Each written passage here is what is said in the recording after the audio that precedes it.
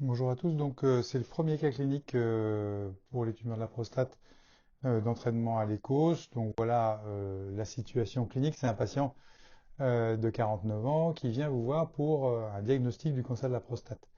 En fait, il a été sensibilisé à cette pathologie par le décès récent de son frère d'un cancer de la prostate diagnostiqué à un stade d'emblée métastatique à l'âge de 47 ans et il a un antécédent chez son papa également de cancer de la prostate et il est également décédé son père d'un cancer de la prostate. Il a comme antécédent un diabète non insulinodépendant, un tabagisme, un polype bénin du côlon enlevé par coloscopie 3 ans auparavant.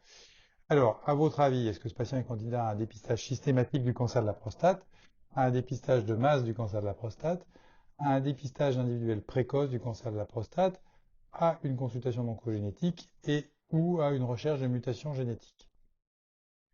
Alors, en fait, il faut bien différencier dépistage de masse ou systématique et dépistage individuel précoce.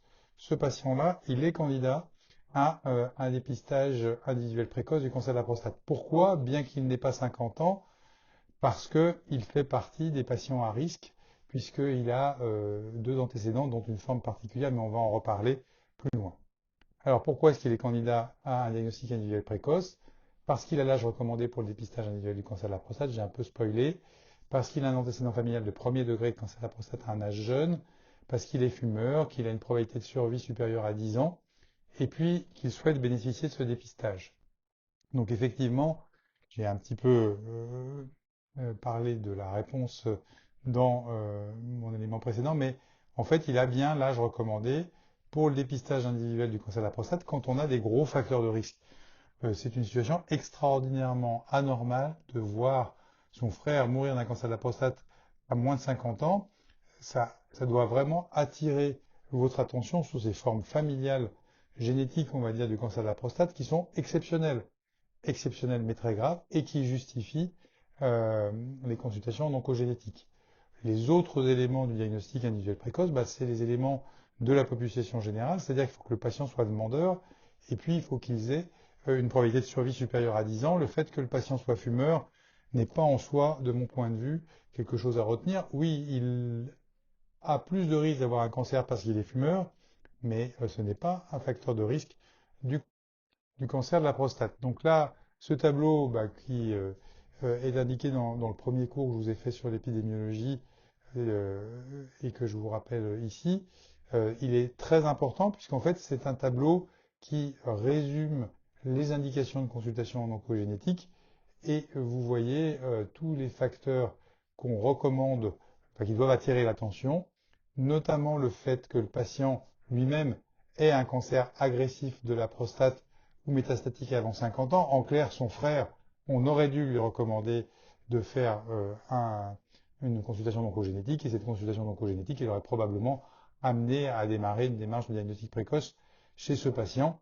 Par ailleurs, évidemment, tous les patients qui ont 3, 4 cancers de la prostate dans la même branche parentale, 2, 4 cancers de la prostate, surtout quand on a des apparentés de premier degré et qu'on a un cas avant moins de 50 ans. À noter également que dans les recos 2024-2026 apparaît comme facteur d'indication de consultation d'oncogénétique les antécédents de syndrome de Lynch. Donc vous avez décidé une démarche de diagnostic individuel précoce. Vous avez un PSA de 8, un toucher rectal, vous retrouvez un nodule ferme de la grosseur d'une noisette et vous estimez le volume de la prostate aux alentours de 30 millilitres. Alors qu'est-ce que vous allez faire?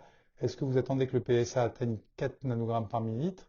Est-ce que vous organisez d'emblée des biopsies de la prostate? Est-ce que vous demandez une IRM de la prostate, une échographie de la prostate ou un scanner thoraco-abdominopelvien? Je vous laisse réfléchir. Bon, la réponse est assez simple.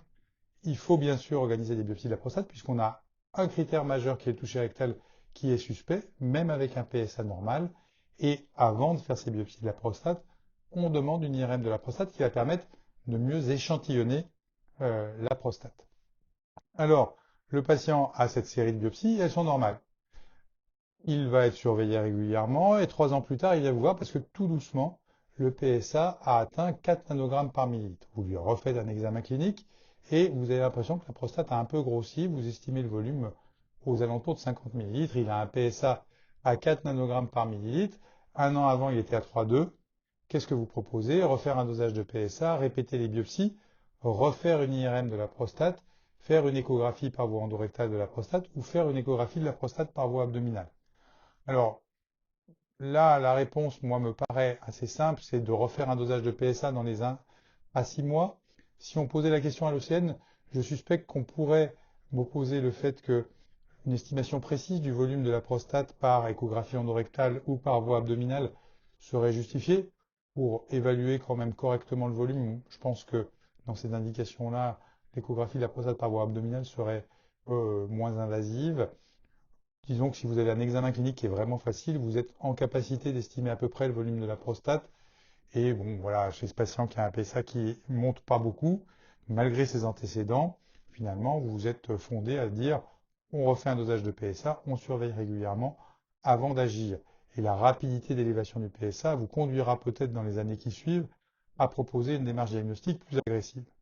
En l'occurrence, ce patient, après 6 ans de surveillance annuelle, vous avez vu que le PSA continuait d'augmenter et à un moment donné, il s'est retrouvé à 8 nanogrammes par millilitre avec une discordance avec son volume de la prostate de 60 millilitres qui donc, comme je vous l'ai expliqué dans le cours sur le diagnostic précoce, autorise entre guillemets un PSA à 6. Là, il y a une discordance. On a fait une IRM, elle était non suspecte. Et comme on le voit souvent dans des cancers de la prostate bien différenciés, eh bien on a malgré tout un petit cancer de la prostate grade ISUP 2 retrouvé sur 3 biopsies sur une faible longueur de 7 mm.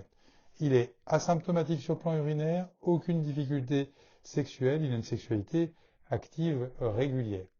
Donc vous voyez, c'est un patient qui est assez jeune, il a certes les antécédents qu'on a indiqués, mais quand on fait le diagnostic chez lui, on se retrouve dans cette situation-là. Qu'est-ce que vous allez proposer comme option thérapeutique? Surveillance active, curithérapie, prostatectomie radicale, cryothérapie ou hormonoradiothérapie. Je vous laisse réfléchir. Et en fait, dans ce cas-là, un cancer faiblement agressif dont on a une raisonnable certitude diagnostique, même sur un terrain entre guillemets à risque, on serait tout à fait fondé à lui proposer ces deux options thérapeutiques, la radiothérapie externe et la troisième option qu'on pourrait lui proposer. Je vous remercie de votre attention.